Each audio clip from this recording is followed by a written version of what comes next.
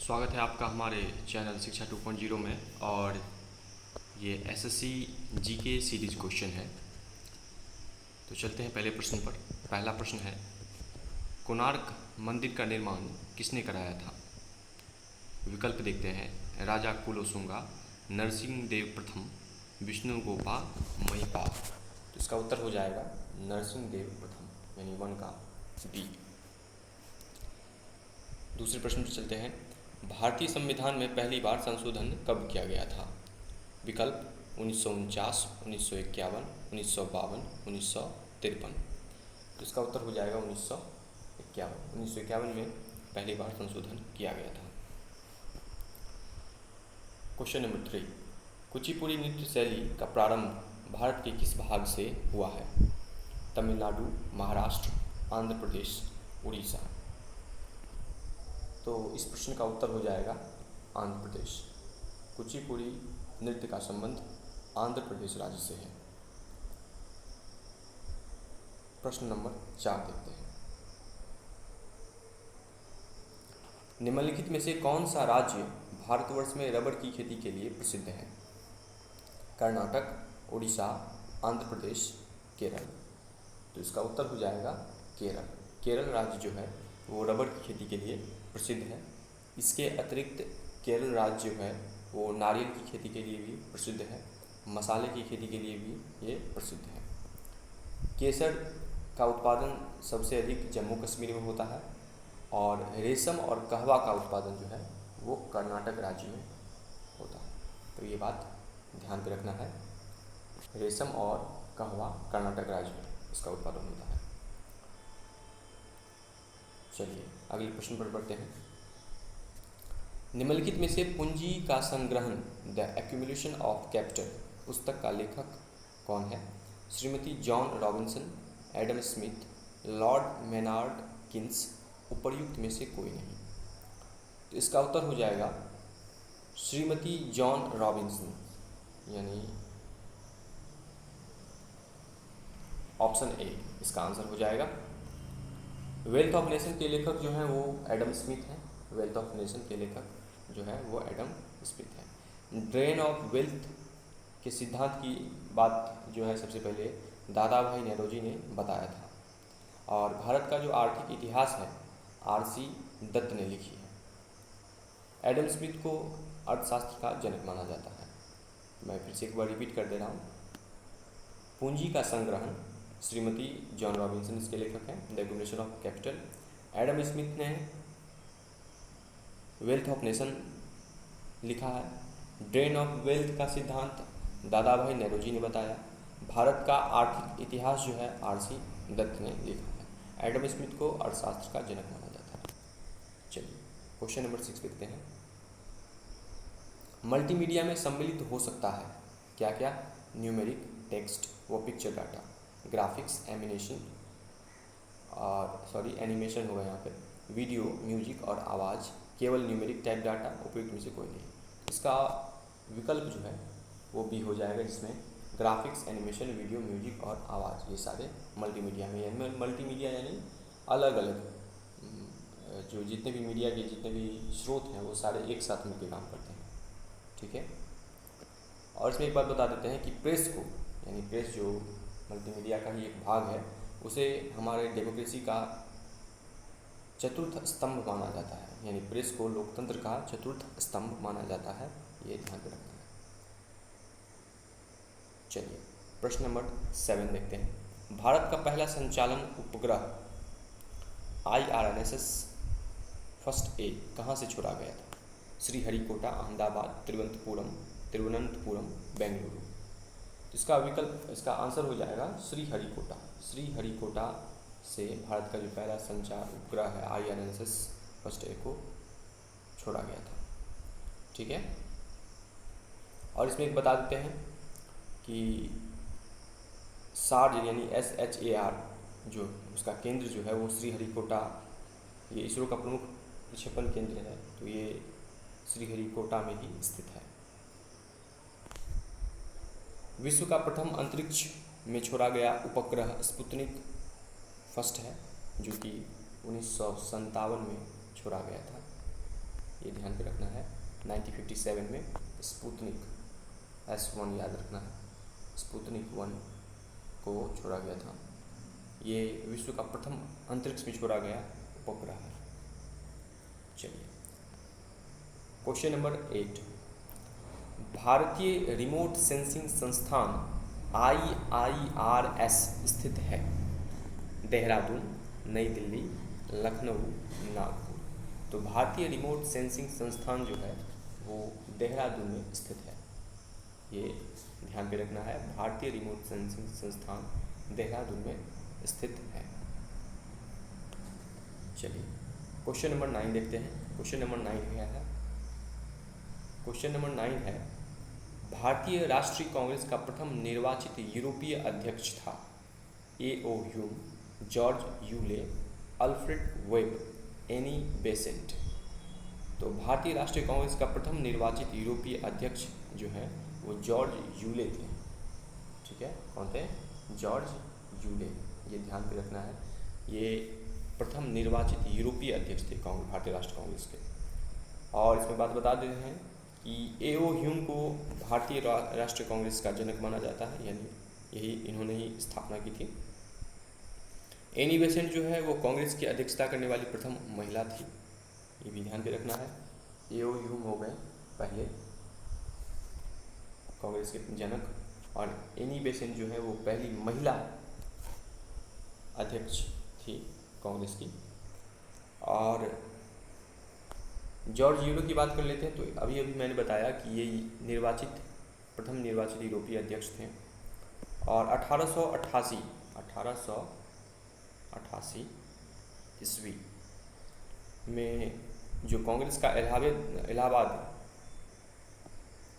में जो सेशन हुआ था, सम्मेलन हुआ था कांग्रेस का, तो उसकी अध्यक्षता जॉर्ज यूले ने की थी।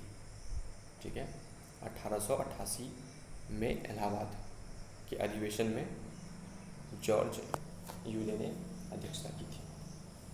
चलिए प्रश्न नंबर 10 देखते हैं। निम्नांकित में से कौन भारतीय गणतंत्र का प्रमुख है? भारत का राष्ट्रपति, भारत का प्रधानमंत्री, मंत्रिमंडल, राजनीतिक प्रमुख मंत्री परिषद सहित। तो इसमें से भारतीय गणतंत्र का जो प्रमुख है वो है भारत के राष्ट्रपति, प्रेसिडेंट ऑफ इंडिया। भारत के राष्ट्रपति हैं जो कि भारतीय गणतंत्र के प्रमुख होते हैं। भारतीय संविधान में गणतंत्र जो है वो फ्रांस से लिया गया है। विश्व का जो प्राचीनतम गणतंत्र है वो लिच्छवी गणतंत्र है। गणतंत्र का, डेमोक्रेसी का अर्थ आप लोग जैसे कि जानते हैं कि जिस देश का प्रमुख जनता द्वारा चुना जाता है।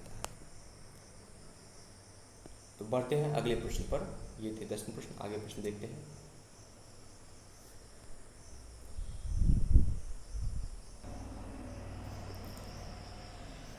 क्वेश्चन नंबर 11 है, मुद्रा की विनिमय दर के आधार पर भारतीय अर्थव्यवस्था अब विश्व में कौन सी अर्थव्यवस्था है? मुद्रा के विनिमय के आधार पर भारतीय अर्थव्यवस्था अब विश्व की कौन सी अर्थव्यवस्था है? तीसरी, पाँचवीं, आठवीं, 10वीं। तो इसका उत्तर हो जाएगा पाँचवीं अर्थव्यवस्था है मुद्रा के विनिमय के आधार पर। अगला प्रश्न देखते हैं। योजना आयोग के स्थान पर नया नीति आयोग जनवरी 2015 से अस्तित्व में आया और नीति आयोग का पदेन अध्यक्ष किसे बनाया गया है? प्रधानमंत्री, वित्त मंत्री, योजना मंत्री, कार्यक्रम कार्यान्वयन मंत्री। तो नीति आयोग का जो पदेन अध्यक्ष बनाया गया है और वो जो होते हैं वो है प्रधानमंत्री, यानी prime minister of India. Question number 13 देखते हैं। कैमरा में प्रयोग किया जाता है क्या? उत्तल दर्पण, अवतल लेंस, उत्तल लेंस, समतल दर्पण। तो इसका उत्तर हो जाएगा कैमरा में उत्तल लेंस का प्रयोग किया जाता है। ये ध्यान पे रखना है, कैमरा में उत्तल लेंस का प्रयोग किया जाता है। क्वेश्चन नंबर देखते हैं 14। निम्न में से किस रंग के प्रकाश की तरंगदैर्घ्य यानी वेवलेंथ सबसे कम है? हरा, नीला, लाल, पीला। तो इसका उत्तर हो जाएगा नीला, ब्लू लाइट यानी ब्लू वर्ण का जो, नीले वर्ण का जो वेवलेंथ होता है प्रकाश में, श्वेत प्रकाश में 7 वर्ण होते हैं जिसे वाइट लाइट या श्वेत प्रकाश कहा जाता है। तो नीले वर्ण का जो वेवलेंथ होता है वो सबसे कम होता है, और वहीं लाल का जो है वो सबसे अधिक होता है वेवलेंथ। ठीक है, तो वेवलेंथ जिसका अधिक हुआ वो स्कैटर कम करता है, और जिसका वेवलेंथ कम है वो स्कैटर यानी प्रकीर्णित अधिक होता है। तो लाल वर्ण का जो तरंग दैर्घ्य यानी वेवलेंथ सबसे अधिक होता है, इसीलिए ये अधिक फैल नहीं पाता है। जबकि नीले वर्ण की हम बात करें तो इसका वेवलेंथ कम होता है और ये सबसे अधिक फैलता है, स्कैटर अधिक होता है। ठीक है, धोवन सोडा जिसे वॉशिंग सोडा भी हम लोग कहते हैं, उसका सही सूत्र कौन सा है? Na2CO3 यानी sodium carbonate, Na2CO3 into 10H2, ठीक है, Na2HCO3 और Na2CO3 इंटू 7H2। तो इसका उत्तर हो जाएगा सोडियम कार्बोनेट, जो कि हमारा है Na2CO3। ये वॉशिंग सोडा का सूत्र है। और इसी जगह यदि आपको ये पूछते हैं कि बेकिंग सोडा का सूत्र क्या होता है, तो उसका याद रखना है NaHCO3। ठीक है, NaHCO3 ये जो है बेकिंग सोडा का सोडियम हाइड्रोजन कार्बोनेट या सोडियम बाइकार्बोनेट इसे कहा जाता है, और ये वॉशिंग सोडा का सूत्र है Na2CO3। ठीक है,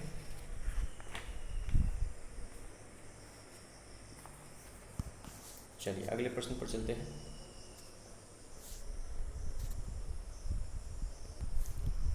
क्वेश्चन नंबर 16 है, रेफ्रिजरेटरों में प्रयुक्त होने वाली गैस है।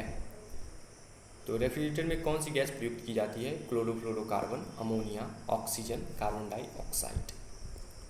तो इसका उत्तर हो जाएगा CFCS, जो कि है हमारा क्लोरोफ्लोरोकार्बन। रेफ्रिजरेटर में इसी गैस का प्रयोग किया जाता है, और जो ओजोन परत के लिए ये जो CFCS है वो काफ़ी हानिकारक है। ठीक है, चलिए नेक्स्ट, कोशिकाओं यानी सेल की खोज करने वाले वैज्ञानिक का नाम बताइए। Robert Hooke, Schwann and Schleiden, Robert Brown, Leeuwenhoek. तो सिंपल है, रॉबर्ट हुक जो है कोशिका की खोज की थी। ठीक है, और रॉबर्ट हुक ने कोशिका की खोज की थी। कब की थी? 1665 ईस्वी में। 1665 ईस्वी में इन्होंने खोज की थी। नेक्स्ट देखते हैं, हीमोग्लोबिन में धातु तत्व होता है। धातु तत्व तांबा, लोहा, मैग्नीशियम, जस्ता। तो आपको बता दें कि हीमोग्लोबिन में जो है धातु तत्व लोहा होता है, आयरन होता है हीमोग्लोबिन में। ठीक है, हीमोग्लोबिन में क्या होता है? आयरन होता है।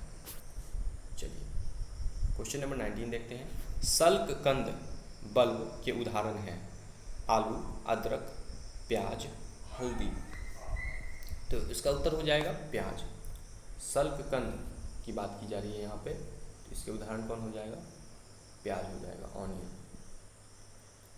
चलिए क्वेश्चन नंबर 20 देखते हैं, नाइट्रोजन स्थिरीकरण करने वाला राइजोबियम है। नाइट्रोजन स्थिरीकरण यानी नाइट्रोजन फिक्सेशन जो करता है वो करने वाला राइजोबियम कौन है? कवक, फर्न, शैवाल, जीवाणु। तो इसका उत्तर हो जाएगा जीवाणु, बैक्टीरिया। यानी बैक्टीरिया जो है वो नाइट्रोजन फिक्सेशन करने वाला राइजोबियम है। चलिए क्वेश्चन नंबर देखते हैं 21, सम्राट कनिष्क की राजधानी कहाँ थी? सम्राट कनिष्क की राजधानी कहाँ थी? वाराणसी, अमरावती, उज्जैन, पेशावर। इसका उत्तर हो जाएगा पेशावर। सम्राट कनिष्क की जो राजधानी थी वो थी पेशावर।